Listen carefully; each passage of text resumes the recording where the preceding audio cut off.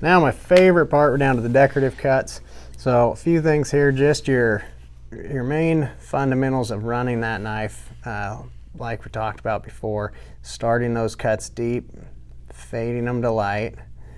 There's no real set way that you have to do these decorative cuts, but a good rule of thumb is where you have that shading at, you're going to probably come with some sort of decorative cuts in there. So we start looking around on all these sticker vines. I see some shading out here on a sticker vine, tells me I'm going to probably run a little bit of decorative cuts in there. You gotta remember the purpose of those decorative cuts is to add flow. So even like here, that's why I like pulling in those stems right through my mule's foot. I like pulling one cut there too. But when we're thinking about flow, we don't think of a straight line, right? A straight line doesn't have much flow. So we want to keep from putting straight cuts in our decorative cuts. These are all have some curve to them. And I'm kind of staggering. We'll run a long one and then a short one next to it, or a couple short ones out here, and then we'll run a long one there. Here we got this little stump that we did, so we can put a little curve in there, kind of throw a little whoop-de-doo for lack of a real technical term. But it just helps add some of that flow to it. Really, when you're starting them deep and fading them off, that's going to help as well. I think we made our way around here on all the vine work, kind of looking at that as we go here.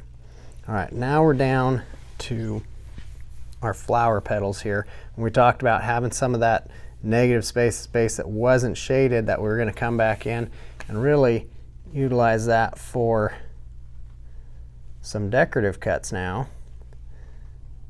Now we can get kind of fancy, throwing a little curve both ways in there, or we can get real simple and just keep those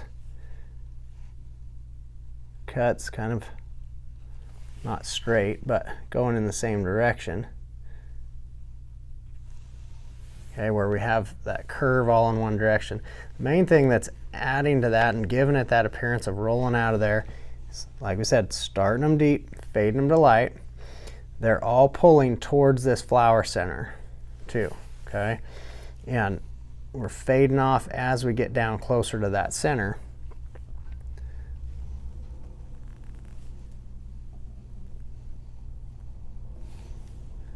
And if the cuts were to continue, they'd all just kind of roll down into that center. They wouldn't be crossing each other out in the middle of that petal.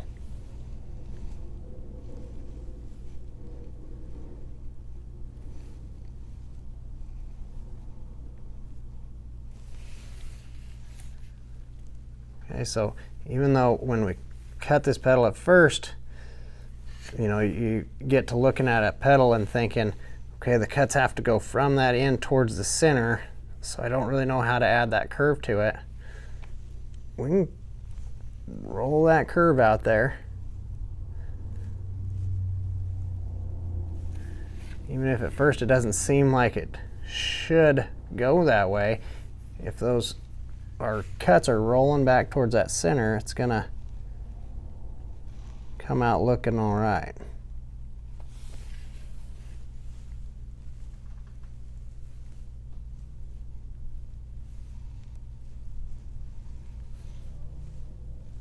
Another little variation there too.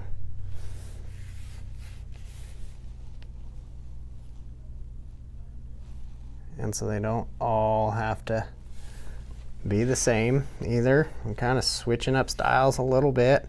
Main thing is just with those kind of those base fundamentals down. Starting deep, fading light, pulling towards the center.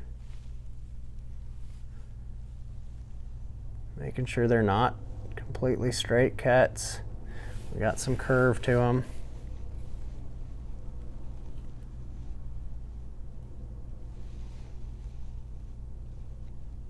They're not crossing over one another. If they were to continue, they would all just roll on down to that center or kind of meld together a little bit. But that really touches that off and kind of brings your pattern to life there.